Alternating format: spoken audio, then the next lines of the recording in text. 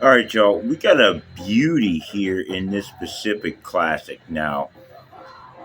Stepping up to 4 year olds here, we have journalism. Everyone's favorite horse. He is facing, oddly enough, and I didn't look this up, last year's Kentucky Derby favorite, Fierceness. Another highly touted, um, highly adored horse. Johnny Velasquez on that one. Todd Pletcher, he's going to be facing journalism, and we're also going to have here Nysos, who Nysos is like Mike Tyson. He's beating up horses left and right. Got injured, got off the Derby trail, but Nysos is back. Came back and only loss was a second place finish behind Mindframe, who another horse who great resume. He only loses to Door.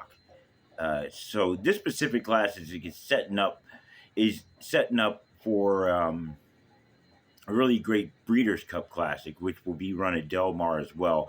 So let's go ahead and get into these horses here. The number one, Fierceness, as I said, last year's Kentucky Derby favorite. Horse is out of City of Light. That's the only thing with Fierceness. Yeah, he does have the win at a mile and a quarter in the Travers with a decent time too. So there was you can't say he's not a mile and a quarter horse, but he's not as consistent, and he's kind of been that way his whole career. Um, I mean, you go all the way back; he was 2 year old champion. Um, Despite having a big loss in the Champagne Stakes, won the Breeders' Cup Juvenile Bull, went to Florida Derby. Uh, 24 lengths behind in the Kentucky Derby, gets a win in the Jim Dandy, wins the Travers, second in the Breeders' Cup Classic, losing to his rival of sorts, you could call him Sierra Leone. Um, Comes back, wins the Ali Sheba, and that was a good run on his part. Best thing back coming back this year because that mile and 1/16, 140 and 3. I give him a 112 for that. However, the Met Mile, I don't know. He just was not impressive in that Met Mile, running second. Um, Comes out in the Whitney, fifth place, 5 lengths off. Sierra Leone gets him again. I really wasn't surprised about that one because the Met Mile was disappointing. Now, Fierceness is up here, a couple of 47-second breezing workouts. They got him 3-1 in the morning line. Coming back a mile and a quarter, it's hard to like any horse that much in this race. With this many horses that like to run on or near the front and the pace gets fast, it's more likely of a chance that one of these horses will be able to thread that needle and come away with the victory. That is tough for a jockey to really get that figured out perfectly when he's up there running alone. Or even with only one or two other horses. When it's a pack of them, somebody's usually more liable to come out with a good pace. Could it be Fierceness in this one? That's going to be up to Johnny V.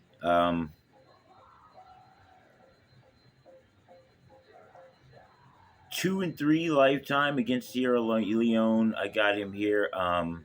Sierra Leone is going to be running in that Jockey Club Gold Cup on Sunday at Saratoga, which is going to be another great setup for the Breeders' Cup Classic, which is shaping up now to be the race to beat Sovereignty, even though he is the 3-year-old going to be going into that race. But not to get off topic here, Fierceness not facing Sierra Leone in this one, but definitely facing a lot of tough competition. Number 2, Midnight Mammoth, 6-year-old gelding. Horse is out of Midnight Loot, a real quiet horse. 38 entries lifetime, 8 wins, 5 seconds, 7 thirds. Ayuso Armando is going to be riding him. He's been successful on this horse before, 12-1 in the morning odds. Now, I got to say, if you're going to be looking for a long shot, somewhere to make some money, This is the way, the direction I'm looking to go, um, for a money play. Uh, Second out, or last out second in the Santa Anita Gold Cup, 201 and 3/5 in that one, losing to just Skippy Longstocking, 3/4 of a length off. Um, Before that, a win in a optional claimer at Santa Anita. They tried him on turf before that, throw it out. Fourth place before that in Santa Anita as well. Now, despite the horse's long career, he is running well as of late. That last out second place, pardon me, in Closewell, and like I said, if you're looking for a long, this may be the direction you may want to look, in my opinion. Number three, Ultimate Gamble. Yes, I'm sure there's a lot of people making jokes about that, but he's been an Ultimate Gamble a lot of times. Not too much to say from this horse. They paid a lot of money for him, 1.75 million. He's only returned one and a half 100,000. So while it's not out of the question, I mean, if he locks down a win here and the win in the Breeders' Cup, he'll pay for himself. But horse hasn't been doing as well. 20-1 in those morning odds is generous. I'm sure he's going to be a lot higher than that. Kimura Kazuchi's going to be riding him. Last out, second in the neck. Okay, if you want to try to play the horse based on that, maybe. I did this mile at Del Mar 135. I'll give him a 102 for that. But he's facing these horses are record book horses. I mean, horses, Hall of Fame horses. Got Fierceness in here. They got Journalism in here. That 135 is nice. In a second by a neck, but he's definitely going to have to step it up. Race before that, he was third. 4 lengths off in a mile at Santa Anita. A 136 there. Before that, ran in a 6.5 furlongs. Sixth place, 5 lengths off.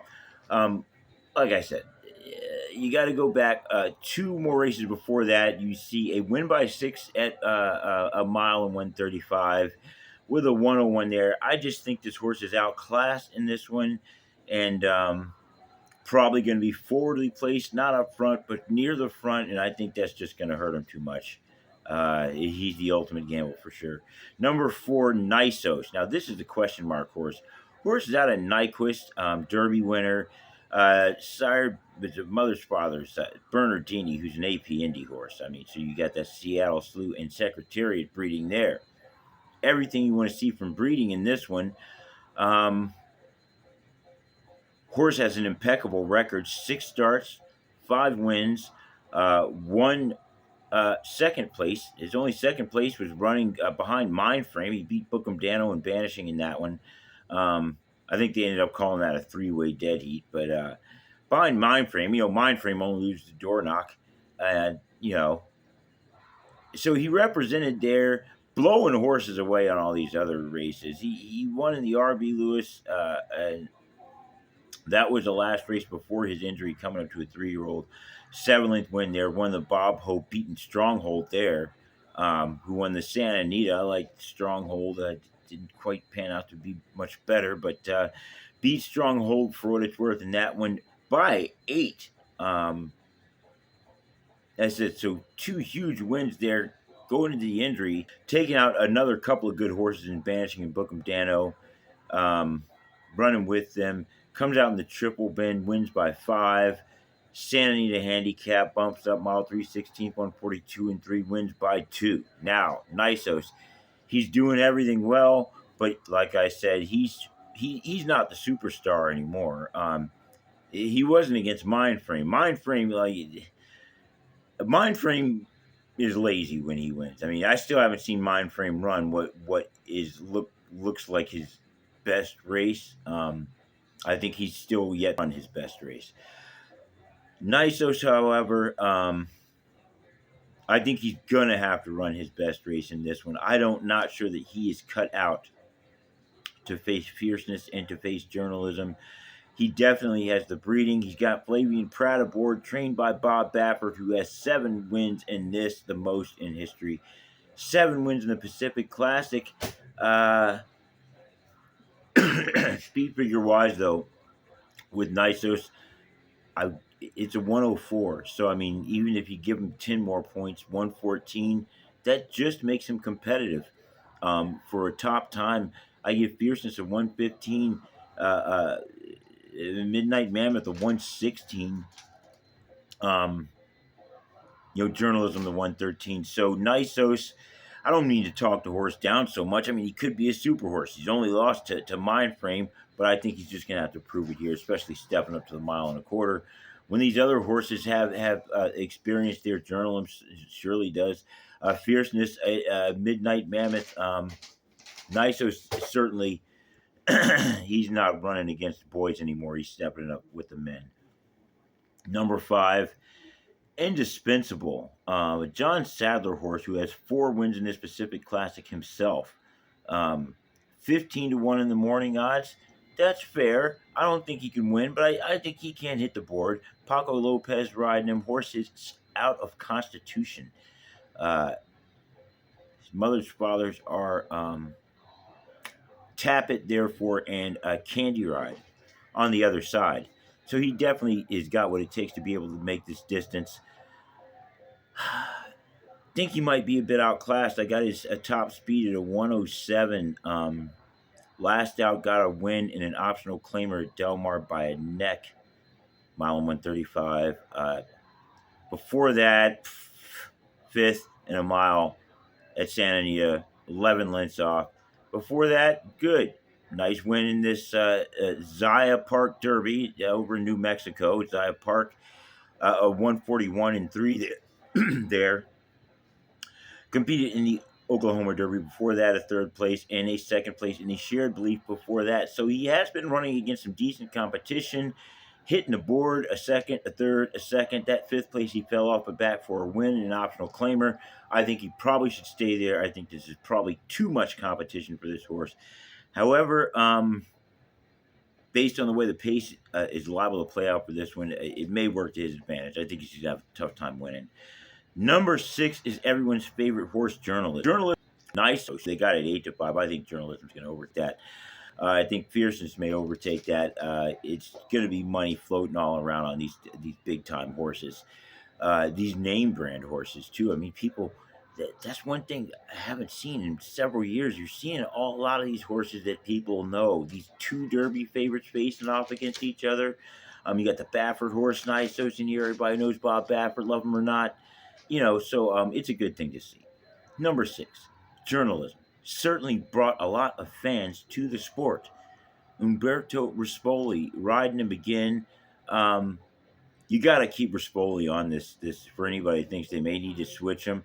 When you see the way he handled him in that Preakness, this horse loves this guy, and you just got beat by a better horse a couple of times. Maybe the strategy was a bit off. Maybe he wants to track Sovereignty next time. We'll see.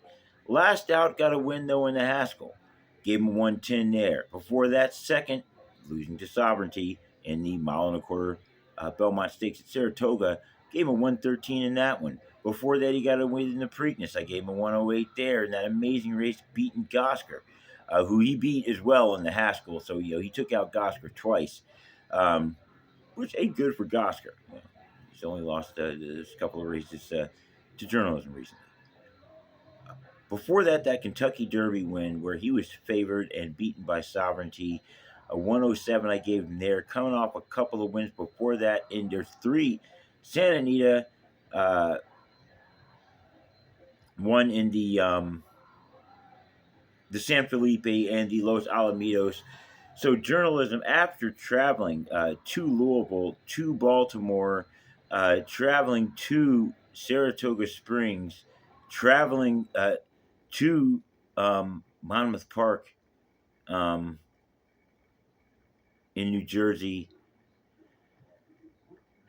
he's back home in California. Is he the king of Cali? Could be. He's certainly going to be the most popular. He's the most popular California since California Chrome by far. They're probably already going to have a statue of Journalism. Probably going to have a Journalism stakes, and if he sticks around for another year, he may get to run in his own stakes race. He is that popular. and anybody that's seen him run knows why. Um, 9 lifetime races, 6 wins, two second place in 1/3, and that was in his maiden. A lot to like about him. The only thing you don't like about journalism is he hadn't put up a big enough time to beat Sovereignty. That's it. That's it. If he could just time it a little bit different or stretch it out a little bit more, that's the only thing you could ask. He's still 3 years old though, so he's still growing. Sired by Curlin, so he's got Hall of Fame sire coming out of Smart Strike, Uncle Mo, so he can get this distance. Um, and then there's the angle, Elvis Sovereignty. Um, he's getting weight. He's carrying 118 versus 124. I'm not a big believer in the weight until I come down when you're splitting hairs. Once you're splitting hairs and you're looking at a situation where you're looking at some really good horses or really poor horses and you're looking for an angle one way or another, then I'm looking at the weight. I know it does pan out from time to time. You see a lot of times you notice the fillies, not all of them, but some of them can certainly get up against these males, but they're getting weight advantages as well in those races. So journalism, a horse that is tough and proven he needs no advantages, um, he's getting 6. So coming home, gonna have the crowd, home track, getting weight. It's be tough to beat him. I'm telling you that. Number 7, Lure Him In, a horse out of Kazan, a distorted humor horse. Horse is Florida bred, 8-year-old gelding, 53 lifetime races, 11 wins, 10 seconds, 9 third place finishes. Another horse that's looking to be forwardly placed. Unlike those last two, indispensable in journalism, the only couple of horses that aren't going to be looking to be on or near the lead. Lurman's going to be up there too. 20-1 in the morning odds. That's generous. That's going to be higher. Edwin Gonzalez is going to be riding him. Another one that I think he's really pretty much outclassed. They're hoping to get lucky. The horse has closed well his past couple of races. Third in his last out, half length off, and an optional claimer at. I didn't write that down. I think that was at Santa Anita. Not sure. Don't quote me on that one. Possibly Del Mar. Before that, ran in a stakes, an ungraded stakes, got a win, a mile and 1/16 and 143. Before that, second place in a claiming race. Decent time in that anyway, ran second. Before that, a win in an optional claimer at a mile, which is pretty much a signature race to me, that mile and 134 and 2. Familiar with the track. I think he's a bit outclassed. Can he hit the board? Yes, because the pace is probably going to be pretty wild for this distance. Um, Probably going to be too much for him, though, I think. Moving, though, along to the final horse, the number 8 Tarantino, out of Pioneer of the Nile, who we know he's an empire maker horse. Big horses, big horse breeding. Tarantino, I don't know. This horse to me is mismanaged. 20-1 in the morning odds, was named after the movie director.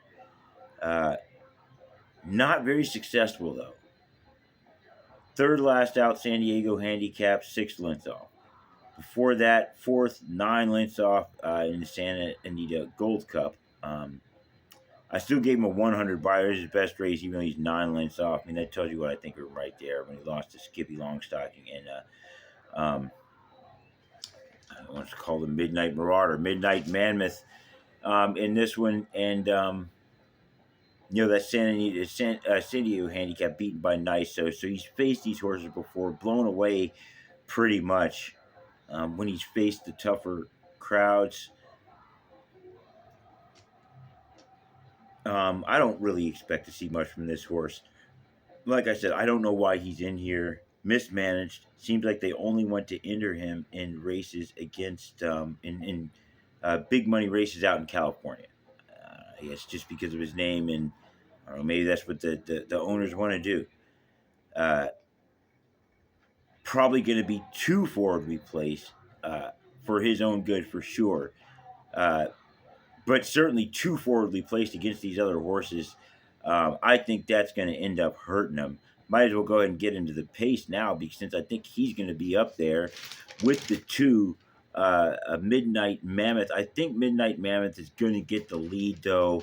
I got him going 46-1. I'm probably being too conservative there. They're probably going to break 45, but I got it at 46-1, and I got the 3/4 at 110-2. I think they're going to keep it moving. Fierceness, I think, will be right behind him. I think we're going to have Ultimate Gamble in there right behind him, Nysos, and Lure Him In. They will all be lured into this pace to their detriment, in my opinion. Uh, I think Fierceness will be able to escape the pace as well as I think Midnight Mammoth will be able to break away from the pace, but I think it's going to hurt him too much speed wise. In that mile, I got him coming out at a 135 flat, and I have the closers, Journalism, and Indispensable moving past all these front runners. Journalism, I think, gets an impressive looking win. I got him winning probably by about, I mean, I didn't clock out numerically how many lengths I think he would win by. But just looking at it in my head here, I got the winning time at a 2:01-1. And looking at the way these other horses are probably going to fade off, probably going to, I'd say, end up winning by about 5. Indispensable running second. Paco Lopez in there. Third place, I've got the one horse Fierceness. Johnny V hangs on for third. Fierceness, I think it's going to be a lot like that Breeders' Cup that he lost to Sierra Leone. Pace too fast, he's going to get passed. And fourth place I got in there is the 4, Nysos. Flavian Pratt, I think he's going to have Nysos in there. Going to be looking pretty decent, but I think he's just going to be like, whoa. Not used to running against these other horses that are out here running with me like this. Also, at this distance, I mean, he did run that race in the Churchill Down Stakes, who was competitive, but he's going longer and it's competitive. I think it's to be a bit too much for Nysos, so it'll probably sharpen him up if they try to bring him back for the Breeders' Cup or something. But I got Journalism here. I think that will set up for a nice Breeders' Cup Classic with a Journalism. Sovereignty, and then the winner of the Jockey Club Gold Cup, who I'm expecting most likely. Haven't looked at the race yet, but I'm expecting that to be Mind Frame. That would make a very nice race, in my opinion, for the Breeders' Cup Classic. And that could be the trifecta right there with the Sovereignty, Journalism, and Mind Frame. So let me know what you think in the comments section, as always, but I'm going Journalism in this one.